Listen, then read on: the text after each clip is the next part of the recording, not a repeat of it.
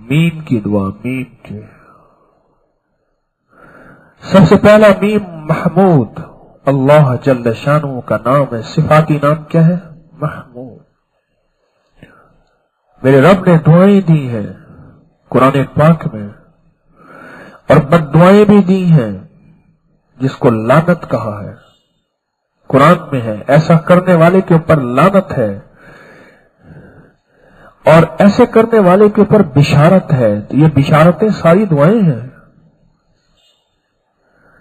وَبَشِّرِ الصَّابِرِينَ الَّذِينَ إِذَا، یہ بشارتیں ہیں پورے قرآن میں، یہ بشارتیں ساری دعائیں ہیں، اور ساری لعنتیں بد دعائیں ہیں، چاہے وہ جس عمل پہ ہو۔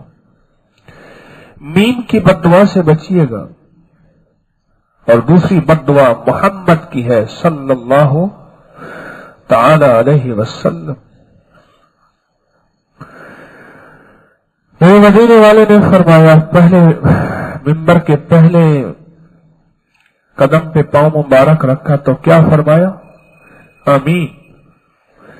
پھر دوسرے پہ قدم رنجا فرمایا تو فرمایا آمین۔ اور میرے آقا نے تو تاجدار مدینہ نے تیسرے منبر پہ قدم تو فرمایا آمین۔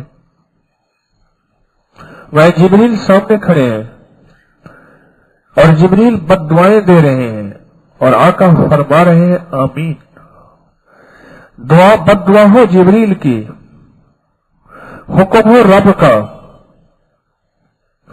اور آمین کہنے والی ہستی ہو جن کے لفظ آخر ہوتے ہیں، کوئی اس دعا اور بد دعا میں کوئی شک ہو سکتا ہے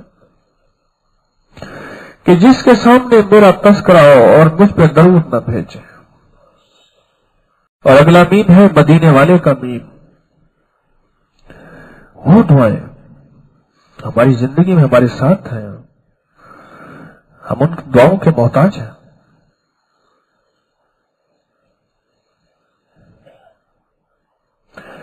اگر میم کی، محمد کی صلی اللہ علیہ وسلم کی دعائیں نہیں لی اور بد دعائیں لے کے چلا گیا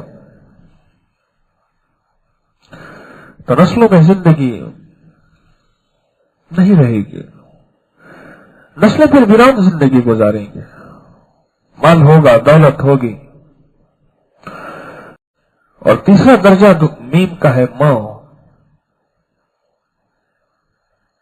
اس میں باپ کا درجہ بد دعاؤں میں زیادہ آتا ہے۔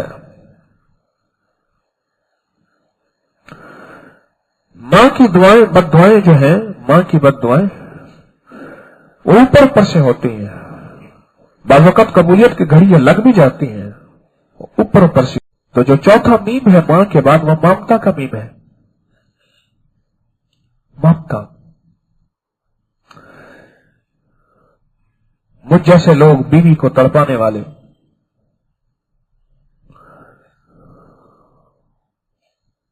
رات کے 2 بجے آیا پھر موبائل لے کے بیٹھ گیا، 12 بجے آیا، 10 بجے آیا پھر نیٹ پہ لے کے بیٹھ گیا، خبریں لے کے بیٹھ گیا، اخبار لے کے بیٹھ گیا، یا بریک لے میم کی۔ 5واں میم آ رہا ہے، پہلا اللہ کا، دوسرا اس کے حبیب کا، تیسرا ماں کا، چوتھا مامتا بیوی کا، اور 5واں میم جو آ رہا وہ مرشد کا ہے۔